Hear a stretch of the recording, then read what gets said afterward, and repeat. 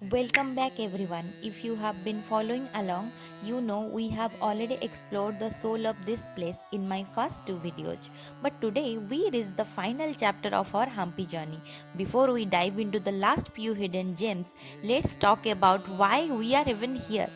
What does Hampi actually mean? The name is a version of Hampi derived from Pampa, the ancient name for the Tungabhadra river that flows right beside us.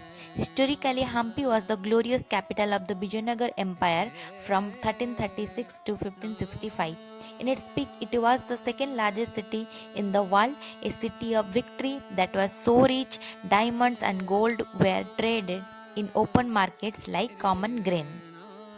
In 1986, UNESCO recognized Hampi as a World Heritage Site because it isn't just a collection of ruins, it's an austere, grandiose site of over 1600 surviving remains. It represents the absolute peak of South India Hindu architecture. I am here today to witness the final echoes of that power, the temples and caves that stood witness to the fall of an empire and the timeless tales of Ramayana. Let's finish this journey. So we start the at the Achyutaraya temple built in 1534 AD. It's one of the last grand creation before the empire fell. Tucked between the Matang and Gandhamadana hills, it feels like a secret sanctuary. Even in ruins, the carvings on its musical pillars are so detailed you can almost hear the dancers' footsteps from centuries ago.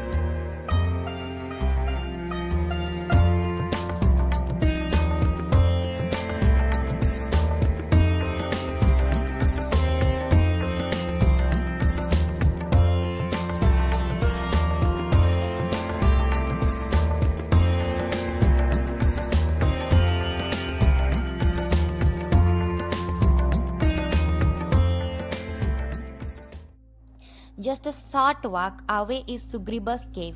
According to mythology, this natural boulder shelter was where the monkey king Sugriva lived during his exile and where he first met Lord Rama. Legend says this is the very spot where goddess Sita dropped her jewels as she was being abducted by Ravana, hoping Rama would find them. Standing here, looking out at the calm Tungabhadra river, you realize Hampi isn't just history, it's a living epic.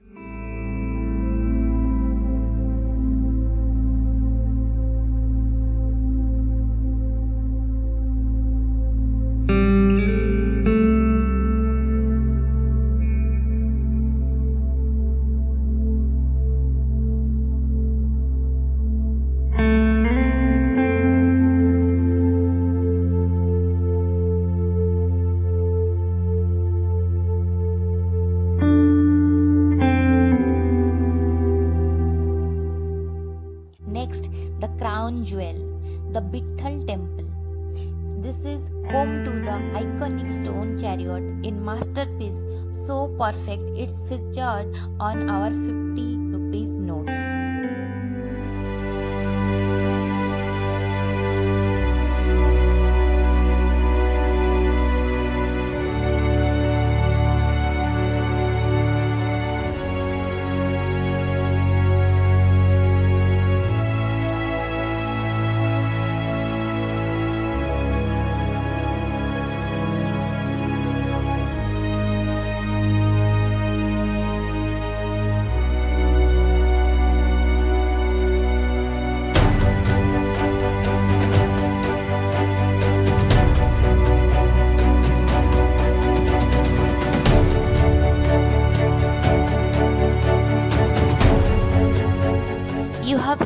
on the 50 rupees note, but seeing the stone chariot in person is something else. It's a serene for Garuda, crafted with such precision that the wheels were once designed to actually rotate.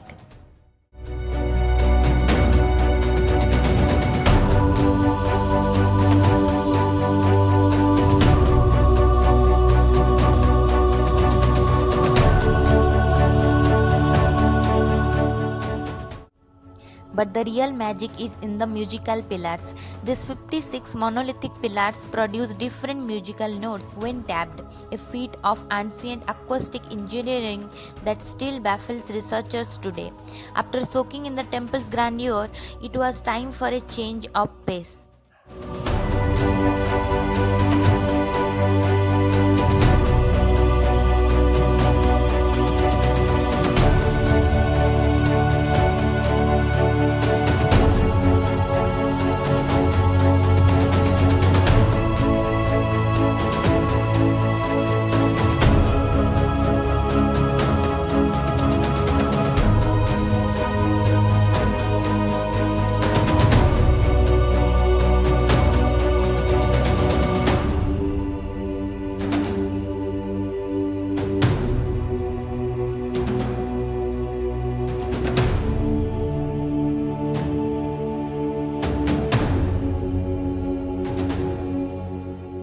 We took a coracle ride, a tradition round boat spinning across the river. It's the best way to see the riverside ruins and feel the pulse of the Tungabhadra.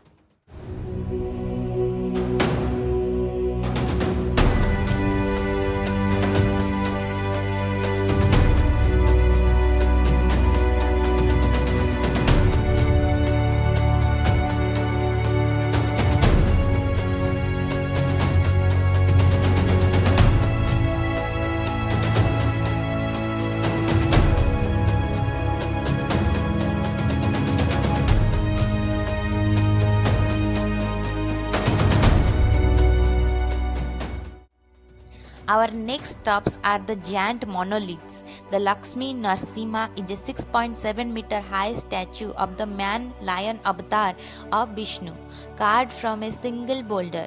Right next to it is the Badavilinga, a massive Shiva linga that sits permanently in water, representing the constant flow of life.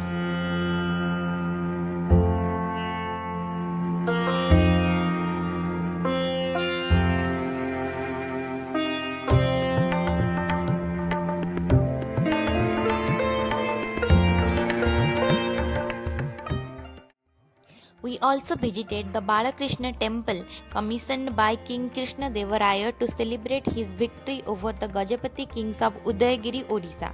The main idol of baby Krishna from here is now in a Chennai museum, but the temple's carvings still tell the story of that triumph.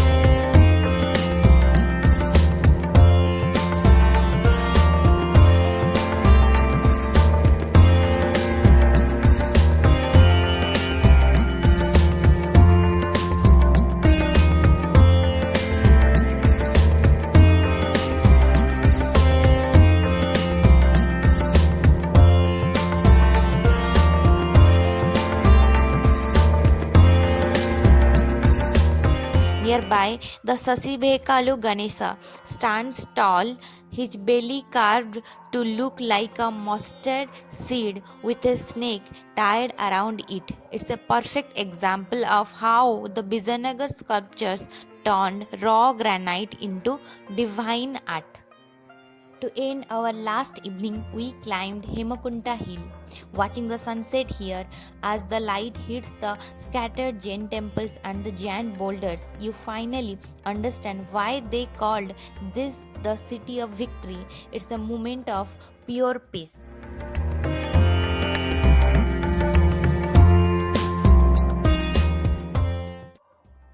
So, I have fallen in love with this place. But before we dive into the final runs, I have to tell you about the total surprise from my last evening. I was just heading out to grab some evening snacks near the Virupaksha Temple when I walked right into a mesmerizing ritual. It was January 3rd, the first full moon of 2026, known as Paush Purnima. Suddenly, the temple gates opened. The Lakshmi, the temple elephant, came out leading a grand procession of Lord Shiva and Pampa Devi. Seeing this happen right in front of me while the moon was rising was pure magic. This is the Ushchav Murti procession where the deities leave the sanctum to bless the town. And the most beautiful part was the Unjal Seba or the swing ritual. I saw the idols of Lord Shiva and Pampadevi placed on a grand decorated swing. As the swing moves gently to the sound of the hymns, it symbolizes providing rest and comfort to the divine couple. My very last morning in Hampi began with a climb of Anjanadiri hill that believed to be the birthplace of Lord Hanuman. After 575 steps, the panoramic view of the entire valley is the best farewell Hampi could give. This trip has been more than just sightseeing, it's been a walk through the soul of India.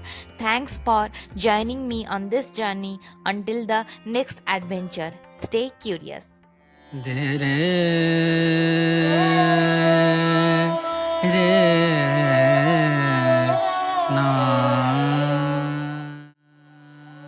Hampi, you have been more than just a destination, you have been a dream. If you enjoyed this series, don't forget to hit that like button and subscribe for more adventures. Until next time, keep exploring. Bye for now.